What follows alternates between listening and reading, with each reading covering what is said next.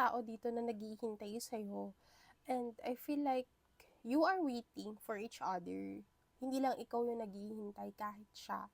Umaasa pa tong tao na to sa'yo kasi naniniwala siya na darating yung araw na mag-uusap ulit kayong dalawa, or darating yung araw na magiging maayos ang lahat sa inyong dalawa. If you're seeing this message around August to December, this is your love reading. We have here the Ace of Cups.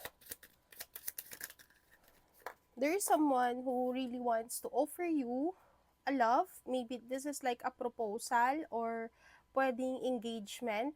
Because I can see here that this person is working towards that. We have here the Eight of Pentacles. I think this person also wanted to explain all the things na nangyari sa past. I think meron siyang apology dito.